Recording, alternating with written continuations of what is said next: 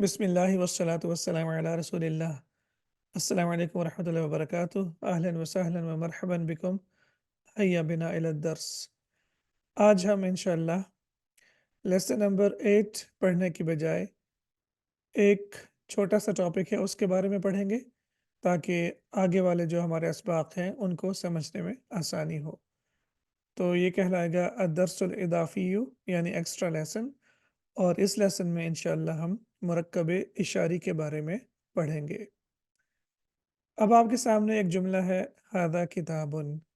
तो ये जुमला आप मुझे बता सकते हैं कि ये जुमला इस्मिया है, और आप ये भी बता सकते हैं कि इसमें हादा जो है ये मुब्तदा है और किताबुन ख़बर है। और इसका आपको इसलिए पता है क्योंकि ये आप पहले पढ़ चुके हैं, और इसका तर्जुमा होगा ये एक किताब है। लेकिन अगर आपके सामने एक छोटी सी कंस्ट्रक्शन आए, जैसे हम कहते हैं हादल किताबु, तो अब आप देख सकते हैं कि ये हादा किताबुन से मुख्तलिफ है। हादा और उसके बाद किताबुन एक नकिरा या कॉमन नाउन है, लेकिन जब आप कहते हैं हादल किताबु, तो अब हादा के बाद जो है एक मारिफा यानी ख़ास इसम आ गया है, और अब इसका तर्जुमा जो होगा वो होगा ये किताब। तो अब हम हादा किताबुन के बारे में तो पढ़ चुके हैं। आज हम इंशाल्लाह इस कंस्ट्रक्शन के बारे में देखते हैं कि ये कंस्ट्रक्शन कैसे बनती है, और इसको सीखने के बाद हम किस चीज़ को समझने के काबिल हो जाएंगे। सबसे पहली चीज़ यहाँ पे है मुरक्कब। मुरक्कब क्या है? एक लफ्ज़ को मुफरद कहते हैं। दो या दो से ज़्यादा लफ्ज़ों का मजमूआ मुरक्कब कहलाता है। तो जब हम एक लफ्ज़ की बात करते हैं तो वो कहलाता है मुफरद। और अगर आप मुफरद और मुफरद यानी दो मुफरदात को मिलाएंगे तो वो हमारा एक मुरक्कब बन जाएगा, और आप इसे कह सकते हैं बेसिकली कंपाउंड कंस्ट्रक्शन। जैसे आमतौर पे अगर देखा जाए तो पाकिस्तान में जो हमारे नाम होते हैं वो कंपाउंड होते हैं, यानी जैसे मोहम्मद बिलाल, मोहम्मद ज़ईद, मोहम्मद अकरम, मोहम्मद सलीम। अगर आप पाकिस्तान में होंगे तो आपको ज़ईद, अकरम और सलीम कह के पुकारा जाएगा, लेकिन अगर आप सऊदी अरेबिया में होंगे तो वहाँ पे आपको मोहम्मद कह के पुकारा जाएगा, क्योंकि वहाँ पे आपका जो असली नाम है वो पहला नाम समझा जाता है। लेकिन हमारे यहाँ क्योंकि हम मुरक्कब इसम होता है, कंपाउंड इसम होता है, यानी जो दो अस्मा का मजमूआ होता है, तो इसीलिए उसको मुरक्कब या कंपाउंड नाम कहा जाता है। तो इसी तरह से जो आपका इसम या आपकी जो कंपाउंड कंस्ट्रक्शन होगी वो बेसिकली दो या दो से ज़्यादा अल्फाज के मजमूए पे मुश्तमिल होगी। तो मुफरद प्लस मुफरद, इनको जब आप मिलाएंगे तो वो आपका मुरक्कब बन जाएगा। उसके बाद हम देखते हैं कि मुरक्कब नाक़िस ये क्या चीज़ है। दो या दो से ज़ायद, ये ज़ायद होना चाहिए, ज़ायद अल्फाज का ऐसा मुरक्कब या मजमूआ जिससे बात पूरी ना हो। अब ये जो बात है ये बहुत इंपॉर्टेंट है, जिससे बात पूरी ना हो उसे मुरक्कब नाक़िस कहते हैं। दूसरे लफ्ज़ों में आप इसे इनकम्प्लीट सेंटेंस कह सकते हैं, यानी नामुकम्मल जुमला जो है वो मुरक्कब नाक़िस कहलाता है। नाक़िस जैसे उर्दू में भी हम लफ्ज़ बोलते हैं जब कोई चीज़ कम हो या कमी बेशी हो तो फिर नाक़िस का लफ्ज़ इस्तेमाल किया जाता है।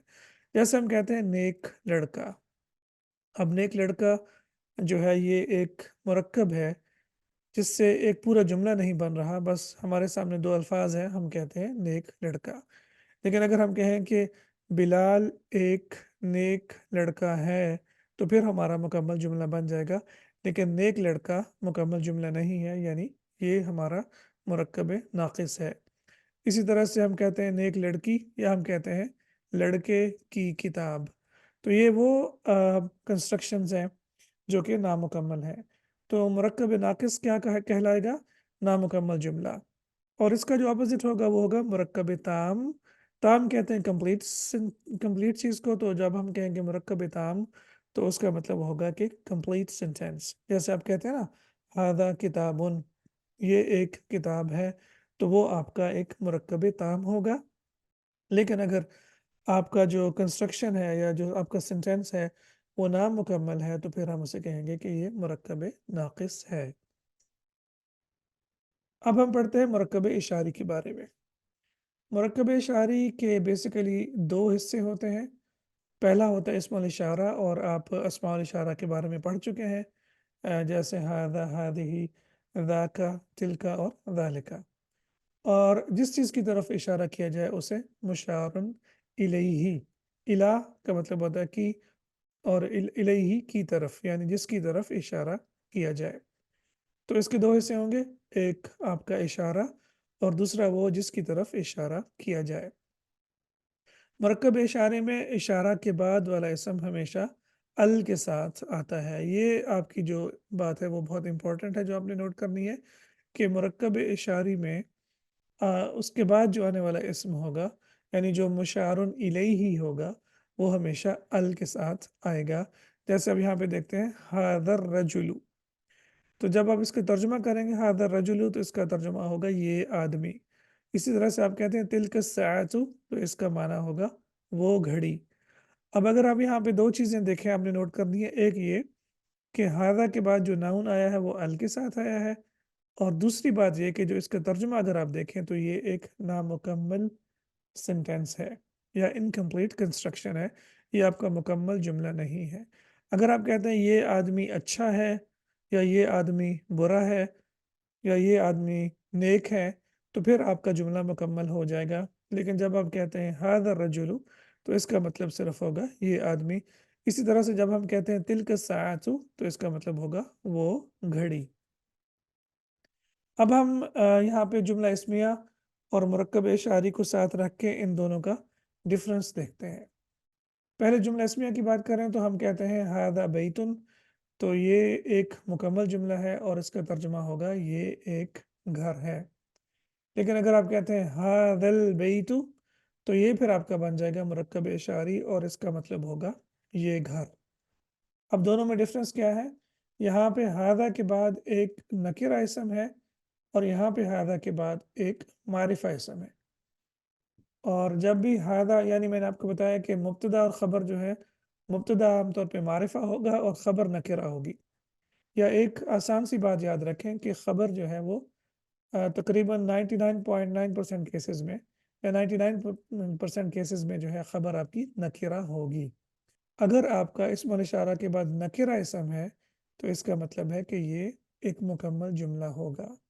लेकिन अगर इसमें इशारा के बाद एक इसम आ रहा है जो कि अल के साथ है, तो फिर वो आपका एक नामुकम्मल जुमला होगा और उसे हम मुरक्कब इशारी कहेंगे। इसी तरह से आप कहते हैं ज़ालिका वलदुन, तो अब ज़ालिका के बाद भी वलदुन एक आपका नकिरा इसम है, तो उसका मतलब है कि ये एक मुकम्मल जुमला बन गया, वो एक लड़का है। और है से हमें पता चलता है कि ये मुकम्मल जुमला है। और अगर आप कहते हैं ज़ालिकल वलदु, तो इसका मतलब होगा वो लड़का। इसी तरह से आप कहते हैं हादिही बिन्तुन, ये एक लड़की है। और अगर आप कहते हैं हादल बिंतु या हादहिल बिंतु, इनफैक्ट हादहिल बिंतु, तो फिर ये हो जाएगा ये लड़की। तो यहाँ पे आपने एक चीज़ ये भी नोट करनी है कि इन दोनों के दरमियान में लाइन नहीं लगानी, क्योंकि लाइन जो है वो मुब्तदा या ख़बर के बाद लगती है। और ये बात भी नोट कर लें कि जो आपका मुरक्कब इशारी है, ये हमेशा मुब्तदा बन के आएगा, ये ख़बर के तौर पे नहीं आता। दूसरे लफ्ज़ों में आपने हमेशा लाइन जो लगानी है वो पूरे मुरक्कब इशारी के बाद लगानी है। तो ये बात भी हमारे सामने आ गई कि जब भी हम मुरक्कब इशारी इस्तेमाल करेंगे, ये मुब्तदा के तौर पे इस्तेमाल करेंगे, हम इसको तोड़ेंगे नहीं, बल्कि पूरे का पूरा मुरक्कब जो आपका होगा वो मुब्तदा बनेगा। और अब अगर आप मुरक्कब इशारे से जुमला बनाना चाहते हैं, तो फिर आप देखेंगे कि इसको जुमले में कैसे तब्दील कर सकते हैं। तो आप कहते हैं हादल बैतु, ये घर। अब आपने क्या करना है, आपने इसके बाद एक ख़बर लेके आनी है। तो अगर आप कोई भी नाउन लेके आएंगे, बहुत सारे अस्मा आप सीख चुके हैं, जैसे आप कह सकते हैं जदीदुन, कदीमुन, गालियुन। अब जो भी आप नाउन लेके आएंगे, तो उससे आपकी एक जो ख़बर आप लेके आएंगे, आपका एक मुकम्मल जुमला बन जाएगा। जैसे आप कहते हैं हादल बैतु जदीदुन, तो हादल बैतु मुब्तदा बन जाएगा और जदीदुन ख़बर बन जाएगी। तो आप कहते हैं ये घर नया है। इसी तरह से आप कहते हैं ज़ालिकल वलदु, वो लड़का। तो अगर आप कहना चाहते हैं कि वो लड़का नेक है, मेहनती है या इंटेलिजेंट है, तो फिर आप उसके बाद उसकी अरबिक यहाँ पे लिख देंगे। जैसे आप कहते हैं ज़ालिकल वलदु सालिहुन, वो लड़का नेक है। तो यहाँ पे आप देखें कि अब آپ کا ذالک الولد اور ھذا البیت یہ مبتدا بن جائیں گے، اور جدید اور صالح خبر ہیں، اور آپ نے یہ بات بھی نوٹ کی ہوگی کہ خبر آپ کی جو ہے وہ نکرہ ہوتی ہے۔ اسی طرح سے ہادہ البنت یہ لڑکی، اور آپ کہتے ہیں ہادہ البنت صالحۃ یہ لڑکی نیک ہے۔ اب یہ آپ کا ایک مکمل جملہ بن گیا ہے۔ تو ہم نے مرکب شعری کیوں سیکھنا تھا، سیکھنا کیوں ضروری تھا؟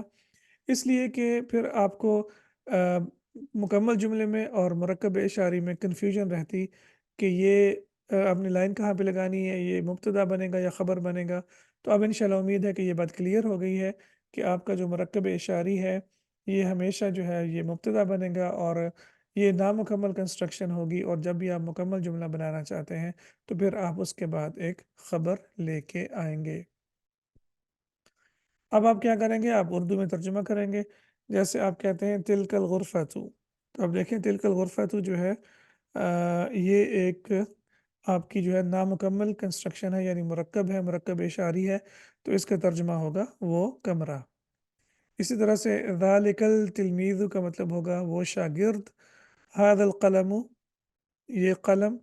اور ایک بات اور بھی آپ نے یہاں پہ دیکھنی ہے کہ نوٹ کرنی ہے کہ یہ وہ الفاظ ہیں جو آپ پہلے سیکھ چکے ہیں، بس اب آپ نے ان کی صرف پریکٹس کرنی ہے۔ اسی طرح سے ذاک الرجل وہ آدمی، اور ھذہ الساعۃ یہ گھڑی۔ تو یہ ساری کی ساری آپ کی جو ہے وہ مرکبات ہیں، مرکب اشاری ہیں، اور یہ ساری کی ساری انکمپلیٹ کنسٹرکشنز ہیں، یعنی نامکمل جملے ہیں۔ اسماء اشارہ سے مکمل جملے بنائیں، تو اب آپ نے کیا کرنا ہے کہ اب آپ نے یہاں پہ ان جملوں کو مکمل کرنا ہے، یعنی آپ اس اسماء الاشارہ کے بعد ایک خبر لے کے آئیں گے، اور وہ الفاظ جو آپ ابھی تک لیسن نمبر 1 سے لے کے لیسن نمبر 7 تک سیکھ چکے ہیں وہ اب آپ سارے کے سارے ان کے سامنے رکھ سکتے ہیں۔ جیسے آپ کہتے ہیں تلک الغرفۃ، جیسے فار ایگزامپل آپ کہتے ہیں جمیلۃ، تو اس کا ترجمہ ہو جائے گا وہ کمرہ خوبصورت ہے، تلک الغرفۃ مبتدا بن جائے گا، جمیلۃ خبر بن جائے گا۔ اسی طرح سے آپ کہتے ہیں ذالک التلمیذ، فار ایگزامپل آپ کہتے ہیں ذہین ہے، تو پھر آپ کہیں گے ذکی، ذالک التلمیذ ذکی وہ شاگرد ذہین ہے۔ ھذا القلم آپ کہتے ہیں کہ نئی ہے، تو آپ کہیں گے ھذا القلم جدید یہ قلم نیا ہے۔ ذاک الرجل عاقل، فار ایگزامپل آپ کہتے ہیں کہ وہ آدمی عقل مند ہے، عاقل کا لفظ بھی ہم پیچھے پڑھ چکے ہیں۔ ھذہ الساعۃ غالیۃ، فار ایگزامپل آپ کہتے ہیں یہ گھڑی مہنگی ہے۔ تو اب یہاں پہ الحمدللہ آپ نے مرکب اشاری بھی سیکھ لیا، اور پھر مرکب اشاری کے ساتھ آپ نے جملے بنانے بھی سیکھ لیے۔ ایک بات اور آپ نے یاد رکھنی ہے کہ اگر آپ کا اشارہ مؤنث کا ہوگا تو اس کے بعد جو ناؤن آئے گا وہ بھی مؤنث کا آئے گا، اور اگر آپ کا اشارہ مذکر کا ہوگا تو پھر اس کے بعد ناؤن بھی مذکر کا آئے گا۔ آپ یہاں پہ ان دونوں کو تبدیل نہیں کر سکتے، یعنی تلمیذ کے ساتھ آپ تلکا نہیں لگا سکتے، اور ذالکہ کے ساتھ غرفہ نہیں لگا سکتے، یہ ایک غلطی ہوگی، کیونکہ اشارہ اور مشار الیہ عدد اور جنس میں برابر ہوتے ہیں۔ تو یہ چیز بھی انشاءاللہ آپ نے نوٹ کرنی ہے۔ ایک چھوٹا سا لیسن تھا، اور انشاءاللہ آپ اگر آپ پیچھے والا لیسن جا کے دیکھیں گے لیسن نمبر 7، تو اس میں 2-3 ایگزامپلز ہیں اسماء الاشارہ کی، اور انشاءاللہ اگر آپ دوبارہ ان کو دیکھیں گے تو آپ کو یہ کنسیپٹ جو ہے وہ زیادہ کلیئر نظر آئے گا۔ تم الدرس بعون اللہ تعالی، اور انشاءاللہ اب ہمارا یہ لیسن مکمل ہو گیا ہے، اور اب امید ہے کہ آپ اس کو سمجھ بھی چکے ہوں گے اور اس کی پریکٹس بھی کریں گے۔ حفظکم اللہ تعالی، سوف نلتقی فی الدرس التالی، مع السلامہ۔